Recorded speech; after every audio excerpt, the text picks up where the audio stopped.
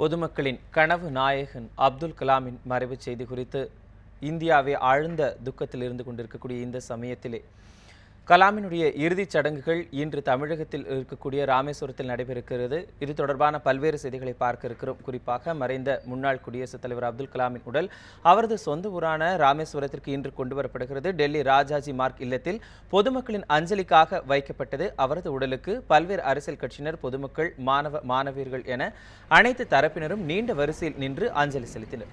இந்நிலையில் அவரது உடலானது டெல்லியிலிருந்து இன்று தமிழகம் கொண்டு வரப்படுகிறது. ராமேஸ்வரத்தில் அவரது உடல் பொதுமக்களின் அஞ்சலிக்காக வைக்கப்படுகிறது.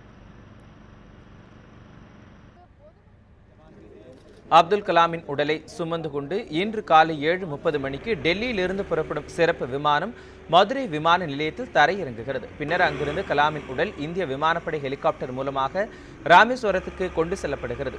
அங்கு மாலை 7 மணி வரை பொதுமக்கள் அஞ்சலிக்காக வைக்கப்படுகிறது. இதனைத் தொடர்ந்து மதுரையிலிருந்து தனுஷ்கோடி செல்லும் வழியில் உள்ள தேக்கரும்பு எனும் இடத்தில் அப்துல் கலாமின் இறுதிச் சடங்குகள் நாளை நடைபெற உள்ளன. அங்கு அவரது முழு ராணுவ மரியாதையுடன் உடல் நல்லடக்கம் செய்யப்பட உள்ளது.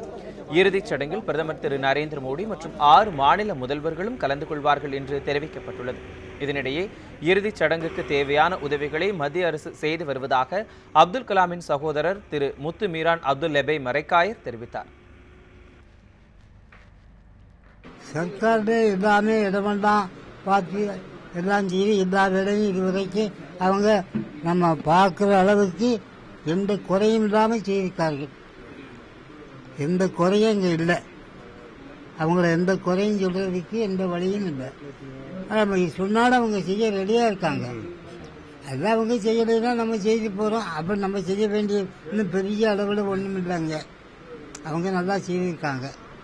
அவ்வளோதான். நல்லா விதவிதமாக கடவுள் மற்றதே கடவுள் நடத்தி வைக்க வேண்டியது. அல்லாதான் நடத்தி வைக்கணும்.